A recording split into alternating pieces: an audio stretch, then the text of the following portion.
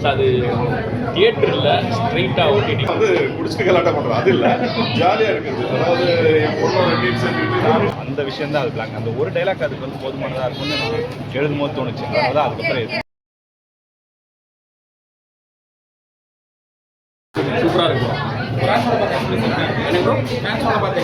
செம்ம ஜாலியாக இருக்கும். அவங்க இப்போ எல்லாருமே நானும் சுதாகரும் சரி 2 பேருமே இந்த ஜெயிக்கணும்னு சொல்லி பயங்கர ஒரு இதாக லவ் வந்து கூட்டிகிட்டே இருக்காங்க. பரிதாபம் சப்ஸ்கிரைபர்ஸ் எல்லாரும் பார்க்க முடியாது. எல்லாரோட எதிர்பார்ப்பும் வந்து நாங்கள் ஜெயிக்கணும்னு சொல்லி அதே மாதிரி பாரி ப்ரோ அவங்க வந்து கிட்டத்தட்ட 2 வருஷமாக அந்த சினிமாவுக்காக போராடி இவ்வளோ பெரிய ஸ்டேஜ் அமைஞ்சிருக்கு. அதுக்கு வந்து நாங்களும் ஒரு சின்ன ஒரு எப்படி சொல்கிறது, சின்ன ஒரு கருவியாக அமைஞ்சது வந்து ரொம்ப நன்றி. ஸோ ரொம்ப நல்லா இருக்கிற படம், நீங்களாம் பார்த்துட்டு சொல்லுங்கள். நல்லா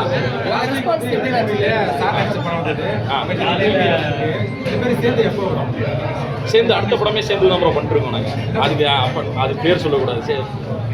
அது ஒரு பெரிய நிறுவனத்தின் இதில் தான் பண்ணிருக்கோம். ஸோ அது தியேட்டரில் ஸ்ட்ரைட்டாக ஓடிடிக்கு வர மாதிரி பண்ணியிருக்கோம் 2 பேரும் சேர்ந்து.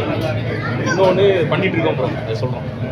தேங்க்யூ ஃபார் போட்டாங்க சார். ஜமாலுக்கு இதுக்கு எப்படி சார் இப்போ ட்ரான்ஸ்ஃபர்மேஷன் ஆகிருக்கீங்க?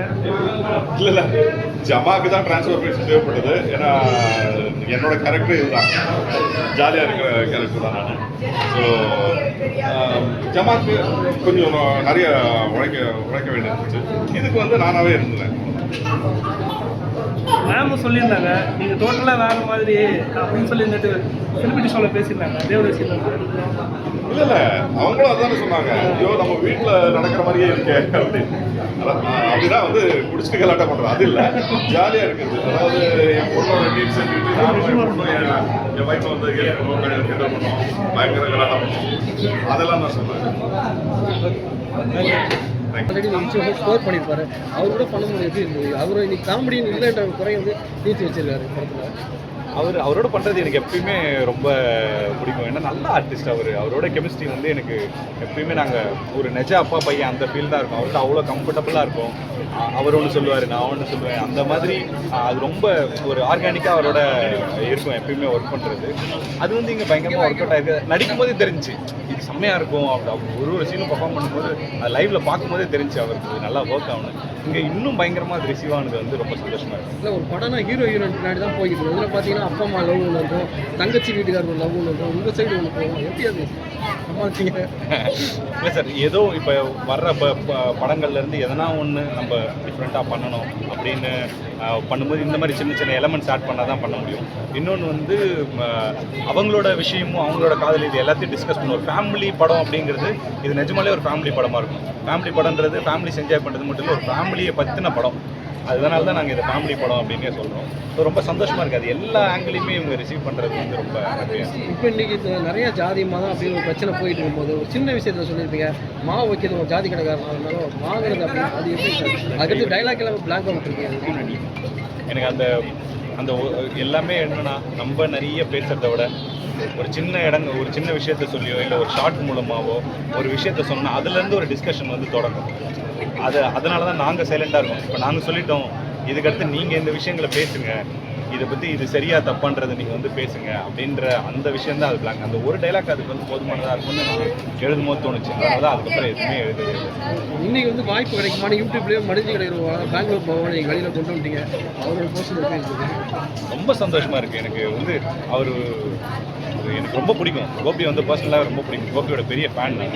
இன்றைக்கி அது வந்து ஆடியன்ஸ் மத்தியில் நம்ம ரசித்த கோபியை வந்து இன்னும் தியேட்டருக்கெல்லாம் எல்லாரும் ரசிக்கிறாங்க அப்படிங்கிறது வந்து எனக்கு ரொம்ப ரொம்ப ஹாப்பியாக இருக்குது. கோபி டிசர்வ்ஸ் இன்னும் நிறையா. கோபி சுதாகர் 2 பேருக்குமே வந்து இன்னும் பயங்கர ஒரு பிஸியஸ்ட் காமெடியனாக 2 பேரும் வந்தாங்கன்னா நான் ரொம்ப ரொம்ப சந்தோஷமாக இருக்கேன்.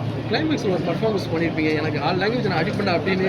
எப்படி அந்த இடத்துல ரொம்ப ஒரு சின்ன பயம் இருந்துச்சு ஃபஸ்ட்டு. இனிஷியலாக அது எல்லாருக்கும் புரியுமா என்ன அப்படிங்கிறது. பட் ஆனால் எழுதும்போது இது அதனால தான் வந்து அதை இடையில ஒரு காமெடி வச்சு அதை பிரேக் பண்ணுவோம்.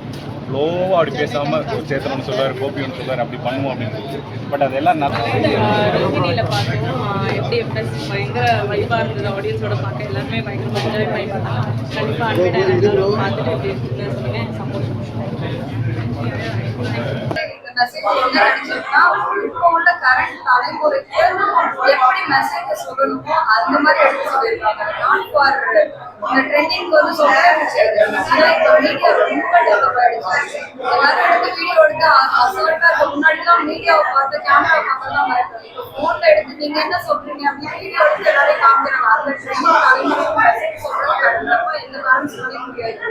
அப்படி இருக்கும்போது இந்த ட்ரெண்டிங்கான தலைமுறைக்கு நீங்க பண்ண வேண்டிய மெசேஜ் நிறைய இருக்கு.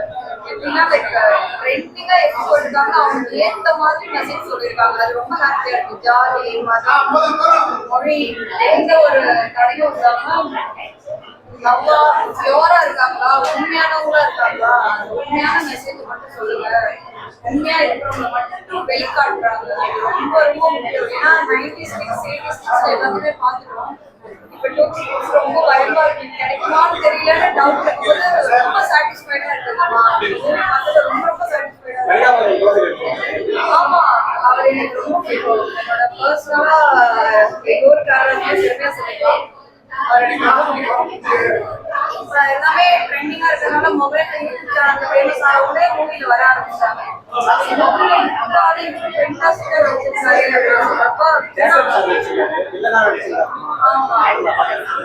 அது அவரே ஃபீல் பண்ணி சொல்றாரு.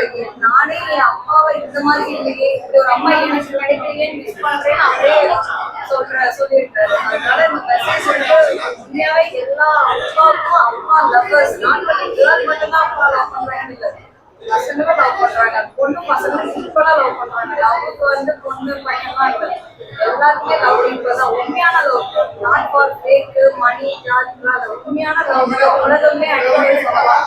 அந்த மாதிரி ஒரு மெசேஜ் சொல்லியிருக்காங்க. ரொம்ப ஹாப்பியா இருக்கு.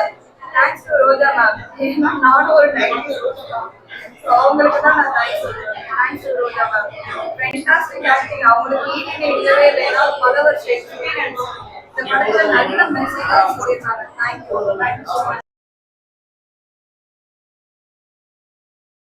கேஷ் ஆன் டெலிவரி இந்த இன்ஸ்டா பேஜ் எதுக்காக அப்படின்னா, நீங்க உட்கார்ந்த இடத்துல இருந்தே பல பொருட்களை வந்து பர்ச்சேஸ் பண்ணலாம். கிட்டத்தட்ட ஒரு அமேசான் மாதிரி தாங்க.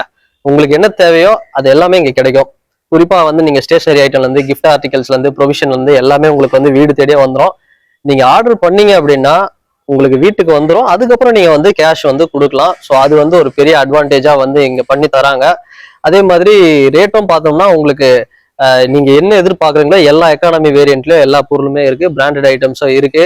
ஸோ உங்களுக்கு தேவை அப்படின்னா இந்த பேஜை நீங்க ஃபாலோ பண்ணுங்க, ஆர்டர் பண்ணுங்க, கான்டாக்ட் பண்ணுங்க. உங்க வீடு தேடி வரும். வீட்டுக்கு வந்ததுக்கு அப்புறம் நீங்க வந்து காசு கொடுங்க. அதனால தான் இதுக்கு பேர் வந்து cash on delivery. Cash on delivery